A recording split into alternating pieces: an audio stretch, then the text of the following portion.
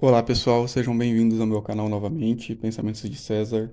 E no vídeo de hoje a gente vai falar principalmente sobre Dom Casmurro, né? Uma obra de Machado de Assis, escrita no século XIX, e como ela faz um paralelo, né, digamos, com os relacionamentos atuais. Então, vou nesse vídeo decorrer, né, como que podemos aprender com Bentinho Capitu sobre os relacionamentos modernos.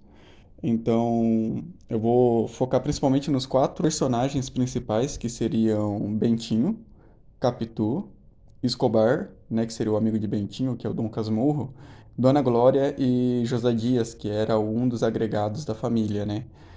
Então, desde o início do livro, a gente percebe ali pela leitura, né, pelo menos foi o que eu percebi, que Bentinho era totalmente carente. Então, isso daí vai refletir principalmente no relacionamento que ele tem com a Capitu, né?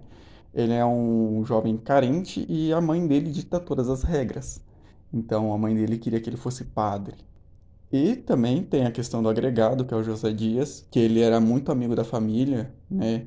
No livro que eu me lembro fala que ele era tipo um vendedor de remédios da época, que saía de casa em casa vendendo bugigangas. Ele seria o famoso charlatão, né? Fazendo charlatanismo medicinal. E o pai, né? Ele acaba salvando o pai de Bentinho, se eu não me engano, e eles se tornam muito amigos e ele passa a morar com a família, o José Dias. E no decorrer do livro, a gente percebe que Bentinho tinha uma amizade com Capitu, que aí cai nos relacionamentos modernos, né? Principalmente quando os homens, eles buscam ter amizade com mulheres. Não que seja errado, eu só estou fazendo um relato aqui do que eu entendi do livro e como que eu faço uma alusão com os relacionamentos modernos, né, principalmente entre homens e mulheres, que ele era muito amigo de Capitu, então ele seria ali ficava ali na friend zone, sendo amigo de Capitu, enquanto ele também ia para o convento. Então ele tinha esse lado romântico, né, apaixonado por ela, e ela também nutria alguns sentimentos por ele, só que sempre com uma certa distância. Então mostra desde o começo que ele era um cara carente, principalmente, totalmente desconstruído, principalmente com a figura materna ali, né, que é a Dona Glória, que Dona Glória também mostra no fim, né, entre as linhas ali, principalmente, consegue se perceber que ela também tinha um caso com o José Dias, que era o agregado da família. E um caso há muito tempo. Como o livro ele é escrito através da ótica ali, né, da visualização de Bentinho, quando ele já está velho, que ele tem um filho com a Capitu e ele descobre que quando o menino nasce, o menino fica com a cara do amigo dele. Cara, isso daí é muito pesado. Mas então, também mostra o lado profano feminino. Ou seja, as mulheres que conseguem levar os homens a lugares ou a situações que muitas vezes o cara nem percebe, né? Não estou fazendo aqui comentários machistas ou misóginos, se tiver alguma mulher ouvindo isso. Só fazendo meu relato sobre o livro e como eu percebo a dinâmica dos relacionamentos hoje e fazendo uma comparação, né, com o livro. Então a gente vê que primeiro, o Bentinho é um homem inseguro. Ele é marcado principalmente pela fragilidade emocional de não ter tido um pai. E isso também é aflorado com a mãe dele, que é extremamente cuidadosa com ele, né? Ela busca sempre proteger ele de todas as coisas e sempre manter ele totalmente dependente. Isso também ocorre em alguns relacionamentos que eu percebo principalmente por conversar com várias pessoas e estar na faculdade, né? Que é sempre uma mulher mandando no cara, o cara fazendo tudo o que ela quer, ou o cara que não tá muito ligando, e a mulher totalmente surtada ali. E Capitu é a mulher livre, né, principalmente. Então, isso mostra o quê? Que as mulheres se tornam mais independentes, hoje em dia, principalmente emocionalmente, né? Ou elas conseguem passar essa fachada de serem de forma emocional mais independentes do que os homens passam a ser crianças, eternas crianças, né, no corpo de adultos. E o conflito eterno, né, entre a posse, porque Bentinho tanto quer ter e controlar a Capitu, como também não tem confiança. Através da mãe dele, ele começa a ter algumas desconfianças, e quando o filho deles nascem, né, e tem a cara do amigo dele, ele também percebe isso. E a mulher do Escobar, que era o amigo de Bentinho, também tinha muitos ciúmes de Capitu. E aí quando o Escobar morre primeiro, né? E no velório a Capitu chega a chorar por conta de Escobar, né? Pela amizade que eles tinham ali desde criança, era uma amizade de infância. Então, os relacionamentos modernos são traçados nessas duas linhas, né?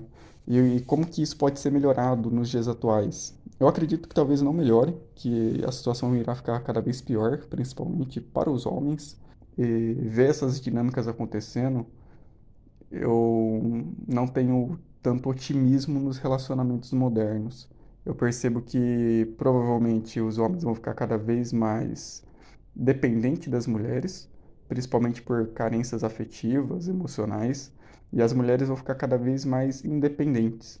Ou seja, elas competem por tudo, desde a roupa ao cabelo, e principalmente no mercado de trabalho, a maioria dos empregos, né, que eu vejo, principalmente empregos de escritório ou liderança, está sendo muito preenchido por mulheres e são também extremamente competitivas e capazes de realmente desenvolverem essas funções e os homens estão ficando para trás, né?